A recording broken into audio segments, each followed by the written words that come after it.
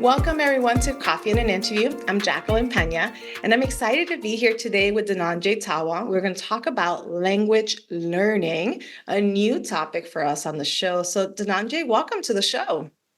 Thanks very much. It's nice to be here. Yeah, so I love this idea of language learning, but before we jump into that topic, you have an interesting background. You don't just do language learning, but it's a big part of who you are and what we're going to learn today. So tell us a little bit about yourself, and then we'll jump into those language learning questions that I have for you. Yeah, absolutely. So I'm a full-time private tutor based in London in the UK, where I've been based my whole life, actually born and brought up over here. And I've been a private tutor full-time for over 5 years now, actually. So it's been quite a long journey. Teaching students generally one-to-one for a variety of subjects and levels. So I've taught obviously a wide variety of different languages, mainly for GCSEs and A levels exams that students take in the UK curriculum. But I've also been lucky enough to help many students get entrance to top schools in the UK, like including Eton, St Paul's, and others, top universities like Oxford and Cambridge, and some US universities as well. And I work with a team of tutors at my tutoring agency called Threshold Education. We have over 150 tutors who Wow. also help students with a wide variety of subjects and levels. I myself am now specializing more in teaching French for Okay. GCSE. Yeah, tutoring French for GCSE, which is a specific exam taken by students usually around 16 in the UK curriculum. It's a language test that they have to pass. Yeah, it's so you do GCSEs in all sorts of subjects. Not everyone will do French for GCSE, but many of them would. Okay, very interesting. You and I have similar career backgrounds. I started in my higher ed journey. I'm in higher education, as a tutor. So in the world of tutoring and academic support. And you're also an entrepreneur, and you've grown this really impressive firm, tutoring company, with your entrepreneurial skills. So it's very interesting. And teaching is at the heart of it. And language learning, is part of that educational process.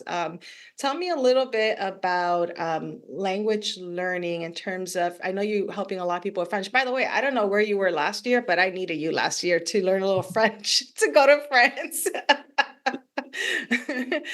So if I go back, I'm going to call you for a little help there besides Duolingo, which is one of the tools that I use sometimes.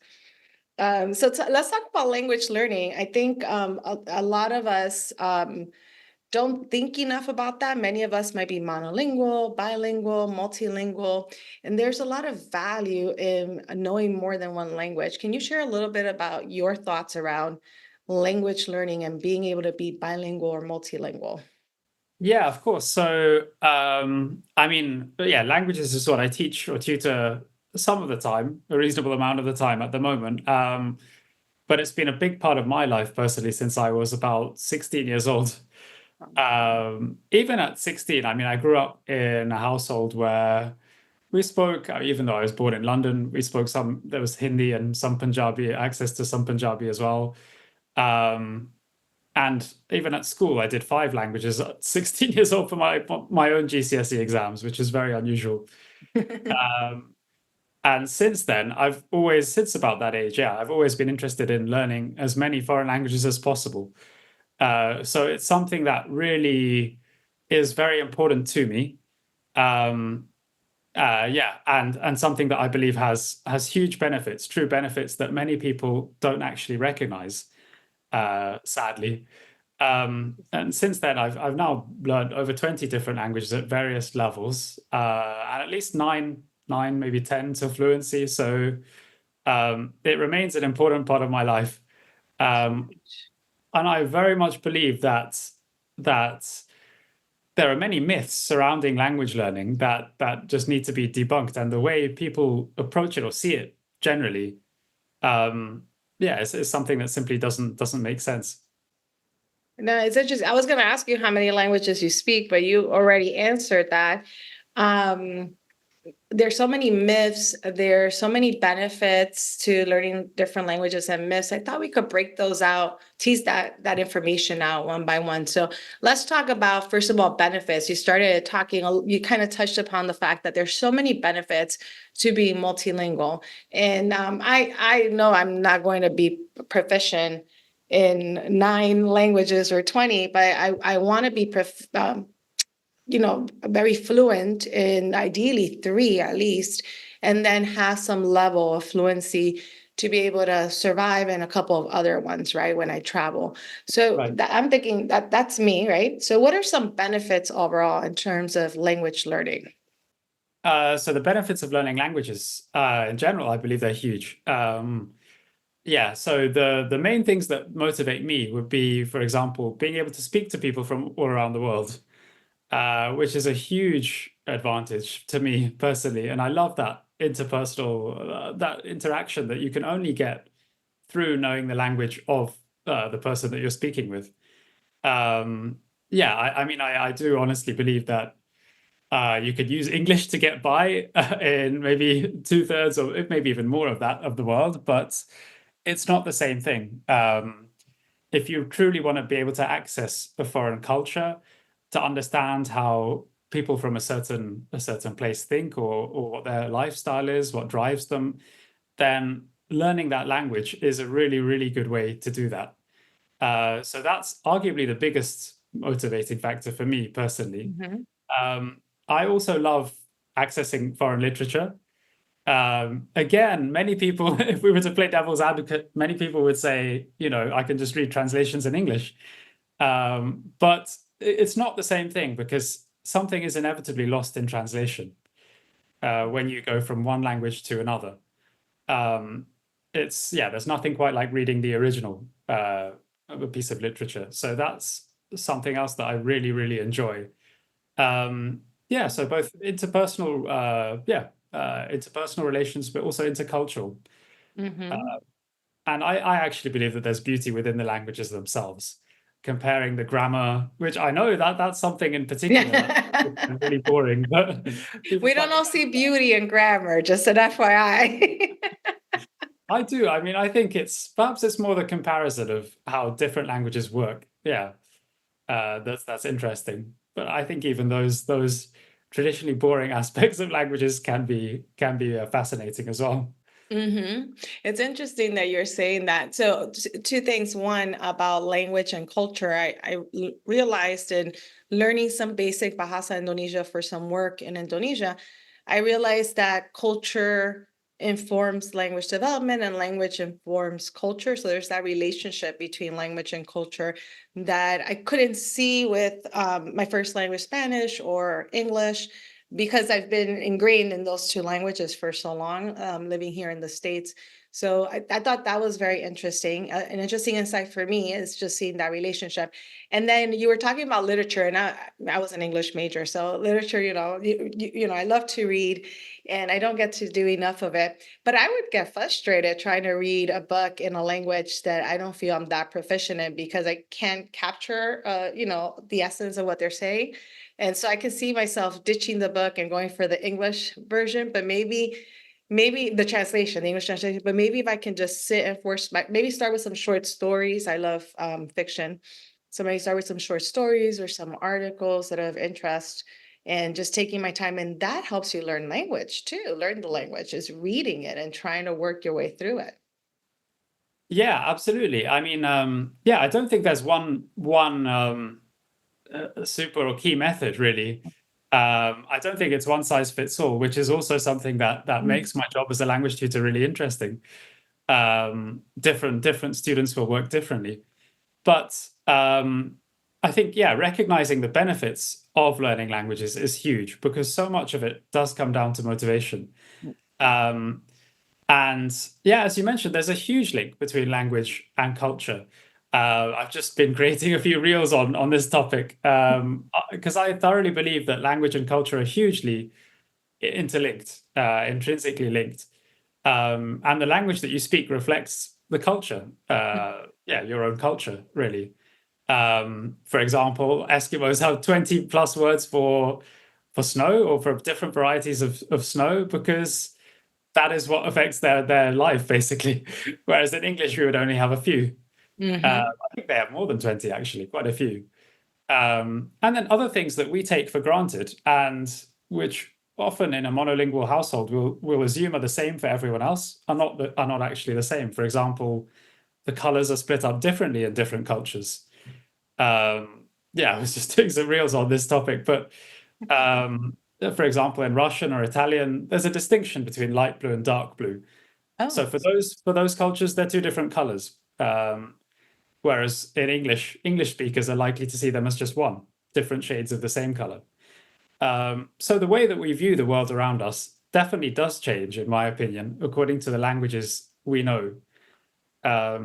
Yeah, languages do to some extent shape the way we see the world around us, which is another reason why I find them so fascinating. But I think that if you were to ask many students learning languages at school, they wouldn't necessarily see that side of it, because I mean, I've got huge respect for school teachers and the job that they've got to do, which is very difficult, I think. But in school, it's often comes down to rote learning and just seen as memorizing a certain set of information, like words or grammar, without really appreciating the final goal or why it's so beautiful or why it's important to do so. that's a very interesting.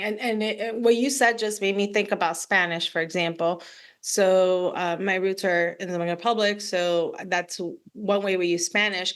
When I went to Spain to do El Camino de Santiago last year, um, some of the words and some things like like club soda is one thing in the Dominican Republic, but it's called something else in Spain, and Yeah. just little things have different, words that are used for certain structures or items, and some of that is cultural. It has to do with the language based there, and then the influences of culture and the history and all that. So in you saying that, I started thinking about all the different versions of Spanish, and when we do copy editing for social media for other things, I always tell the team, hey, remember, these clients are Dominicans, so use Dominican Spanish. These clients are from Spain, so use, and just kind of remind them of the type of Spanish or that piece that will help them in choosing some of the words that they use. Yeah, there's considerable differences. Yeah, even within the same language, um, Mhm. there's considerable variation, which is important to recognize. So we talked a lot about the benefits and this relationship of language and culture, and all these things about language learning. The benefits was definitely one that ties now to this question. To the next question, we know it's great to learn languages, and if you're traveling, it's great to understand that culture and have some of that language in your toolkit before you get on that plane or that bus and get to that location. So my question for you is, what are the best methods to learn a new language? Because I've tried a few and I struggled quite a bit, especially I'm going to go back to Bahasa Indonesia. I think was one of the more challenging ones when compared to like Italian or basic French. So what are some methods that we could use? How can we learn languages? Yeah, it's a very interesting and layered question because, as I said, I don't think there's one superior method, but so it will depend considerably from person to person. But to me, motivation is really the secret thing, the secret ingredient. And I think a very common sort of mistake or misconception that people who've maybe learned a few languages have when they hear about so-called polyglots or people who apparently speak many languages fluently is to think that they've got some special talent or something in their brain that allows them to speak different languages, whereas really it just comes down to the amount of motivation. Yeah. So over the years I've used many different methods, and I think what ultimately makes them successful is the fact that I really enjoy it and that I really want to learn these languages, and and for that reason I will find a way to do so. So that's what it ultimately comes down to.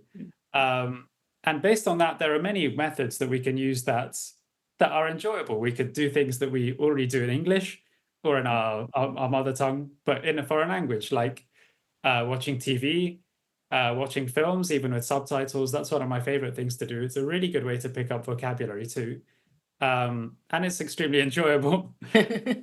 Listening to music, I love that. I mean, probably shouldn't say this on a podcast, but I listen to a lot of reggaeton and Latino type of music, which obviously is not the best for picking up Spanish vocabulary, because the vocab is not, let's say, not the most formal type of Spanish. Not formal, but definitely important. It's culturally based, right? Yeah. It is, yeah. You learn about the cultures, and yeah, your ear gets used to it. Yeah. Yeah.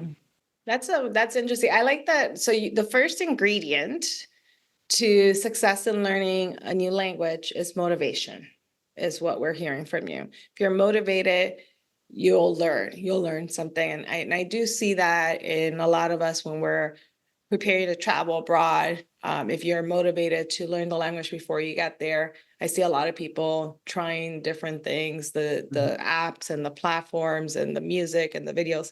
I like what you said about the film too. I can see myself, make some popcorn, watch a movie, put the subtitles. And if you already have a skill set already or some level of fluency in that language, then you instead of the subtitles, use closed captioning. Yeah. I know that I know a lot of people who've learned English that way, watching English movies with the English closed captioning. So you can watch an Italian film with the Italian closed captioning, and that'll help you if you have some level of fluency. But I like that. And also for music, one thing I've done, especially when I learned Italian, is I would look at the music lyrics. I needed to see them, not just hear them, so I could connect the sound to the word.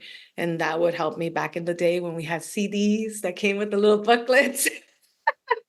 That you can read now you can read, like you can listen to it on Spotify and see the lyrics there, but yeah. No, that sounds really, yeah, that sounds great. I mean, as long as it's enjoyable and it's fun for you, I think it's most likely to work. And I think people often underestimate that, yeah, that factor, because people will often look at what's the best method. Or my friends often ask me, so you've learned lots of languages, tell me what's the best way to learn. Yeah, to which I always say that there's no one method that will work, because whatever you do, you've got to do it consistently, and you've got to put your heart into it, really. And that's also why I feel, yeah, these people who learn many languages do it out of passion largely. If you're doing it just for work, or even just because you have a partner who speaks that language, or for other languages, or for other reasons, like if you've got to do a test, then it's less likely to work, essentially. There are lots of platforms out there. Like I'm turning to the right because my cell phone's on the desk here, but on my phone, I probably have Duolingo at some time. I might have played with Rosetta Stone back in the day on the computer. There's Babbel. I'm throwing out some of the big names, but I know that there are tons of different apps to learn. Oh, and then we got to talk about YouTube, but there are tons of apps where we can learn language. What are your thoughts on these apps? Some of them are very game based. Some might be more video lecture. Yeah, I mean, I've got some 30, 40 of these apps on my phone, but yeah, it's just for fun. But yeah, I think so different apps have different advantages and disadvantages, clearly. Duolingo is, for whatever reason, probably the most famous. I think Duolingo it can help, especially if people really like it and enjoy it. But it's very unlikely to make somebody fluent in a language by itself. It's the kind of resource that needs to be supplemented with other things. Yeah, although I think it's the entertainment factor that also pushes people to using that, because you learn some really, really random phrases. Yeah. And you wonder who picked these words and phrases or these, why would we talk about this? And then you think, is it a cultural thing? Is this going to be more important in this part versus, but it is very game-like. So I enjoyed the quick, I'm getting on a plane and just doing like a game kind of concept for Duolingo. Yeah, and I think if you keep it up consistently, apps like that, not necessarily Duolingo, but similar ones can be very useful. Personally, I like YouTube a lot, because that there's access to many resources on there. You can often listen to native speakers speaking in that language and sort of get attuned to it as well.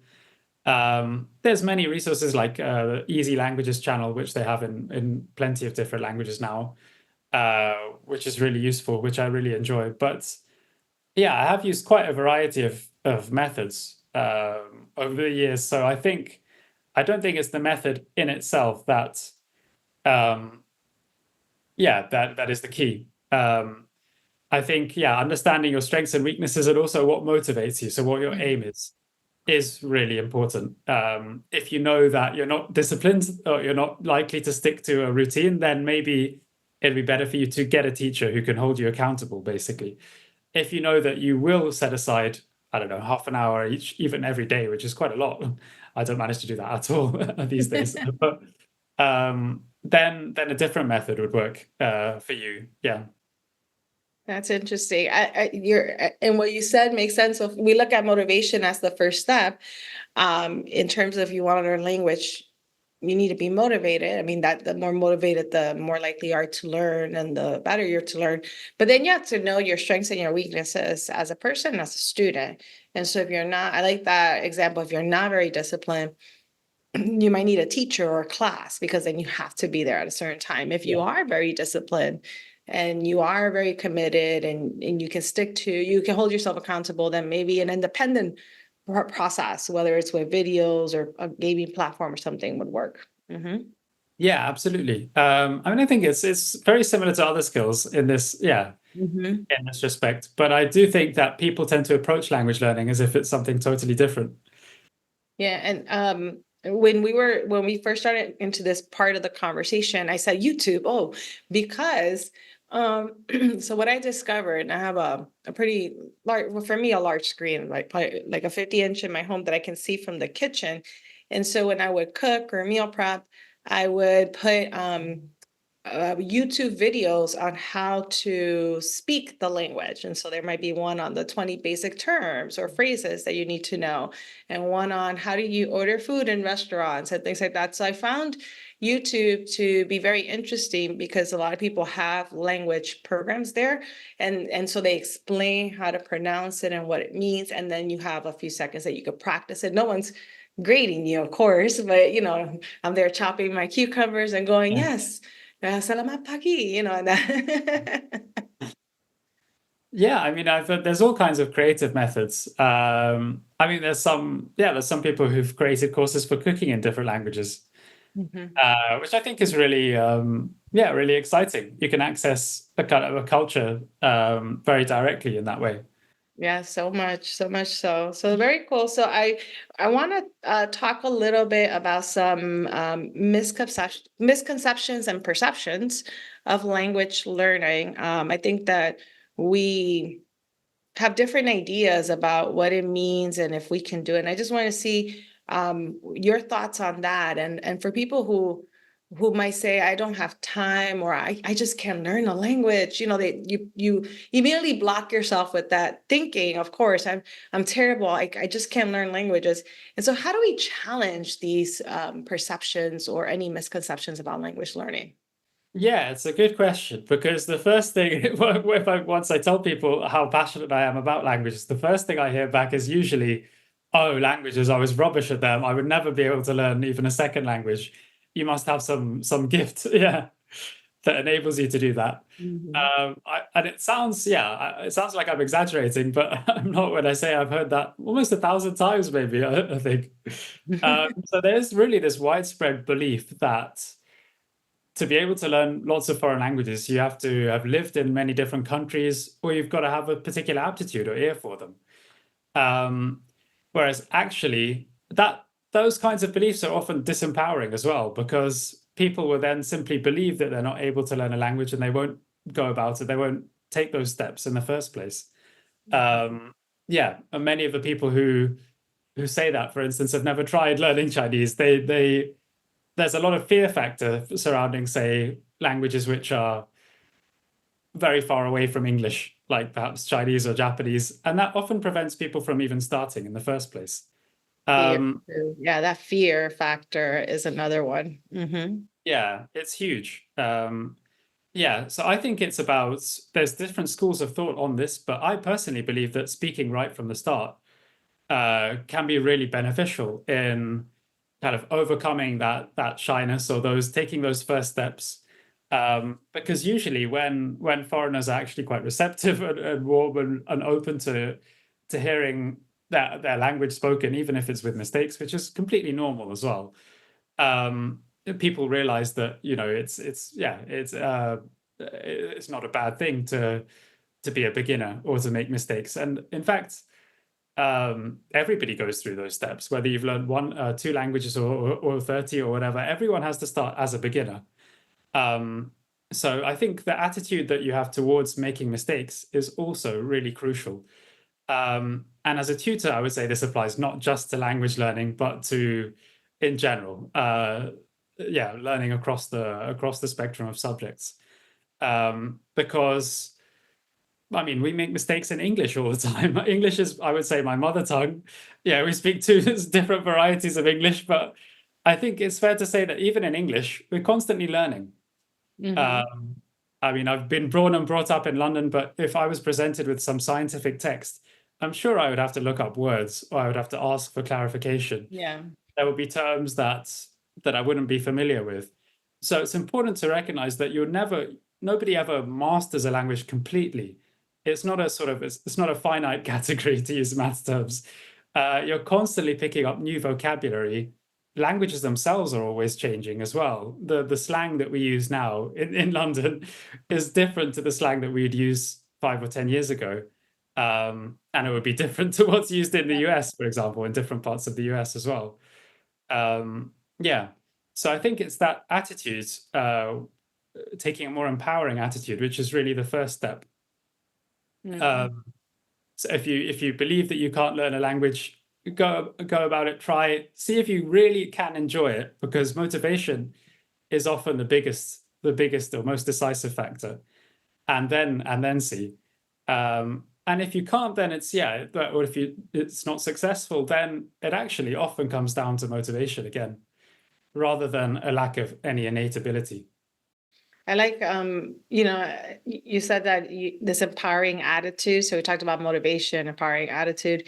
I like what you said about no one ever masters a language completely. And, how you yourself, if you had to read a scientific journal, you would have to look up a lot of the words, right? I think, and that's true for me as well in English. Your vocabulary continues to increase. You learn new words. If you're motivated, you look for those opportunities. You see the new words and you look for those opportunities to learn them.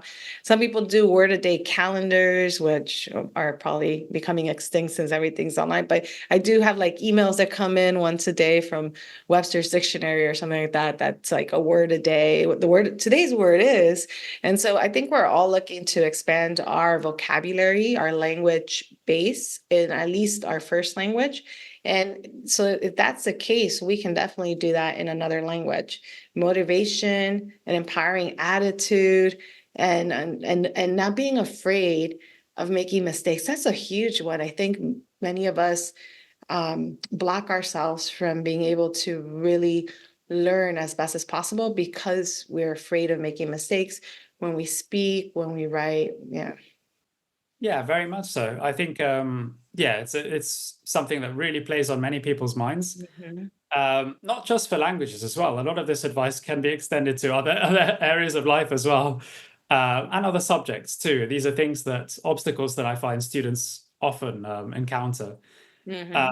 but I do think that the perceptions that people have of language learning are quite different. For example, I mean, I'm a huge football fan or soccer fan. Yeah, I'm a big fan of Manchester United, which is a Ah. famous football club. All over, like people know about it all over the world. Mhm. Um, I'm probably as passionate about that as I am about languages. But that doesn't have any kind of wow factor or surprise factor. So people will not react to that in the same way as they do when I talk about my passion for languages or the number of languages I've learned at some point. So that shows that the perceptions that we have of languages is that most of us think that even being able to speak a few languages well requires perhaps some innate ability or something out of the ordinary. Mhm. Yeah, so I think really challenging those perceptions, yeah, it's worthwhile. It is doable. It is a superpower, but it doesn't mean that you're the only one with a superpower. Meaning, if you can speak more than one language fluently, that is a superpower. And that's it. In essence, in this world, it gives you more skill sets, and we all have many different superpowers, as I say, that we use for good in our world.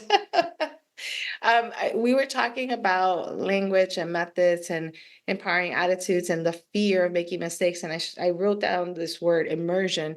I think for some of us, especially if we have very hectic lives or we struggle with really kind of breaking into the language and using it, an immersion setting of some sorts, that's that you can't be afraid to jump in there. You're immersed in the language. So maybe it's in a class, but it's taught mostly in that language for your level or a little bit higher.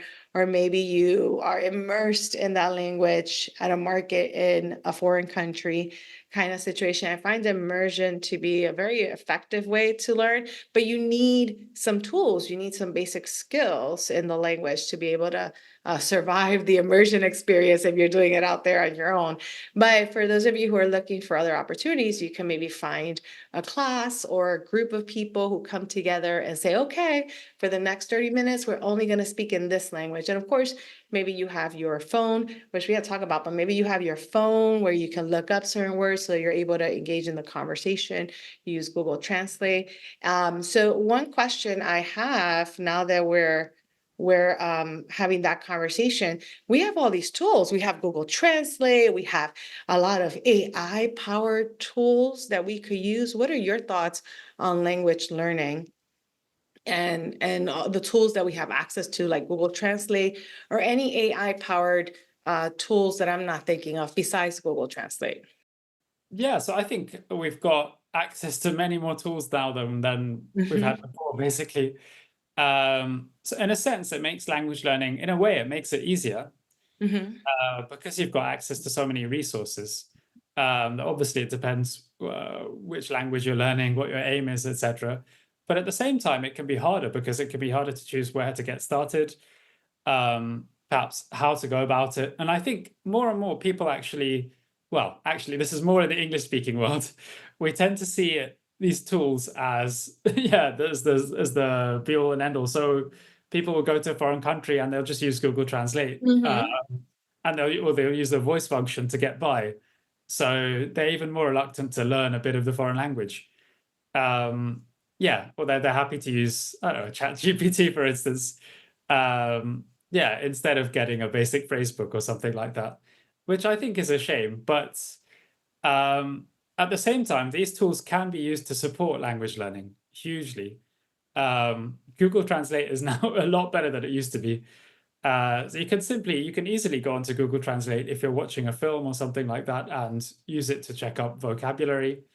Um, to create lists of vocabulary. You can use websites like ChatGPT in foreign languages as well. So you can even ask it to practice a foreign language with you.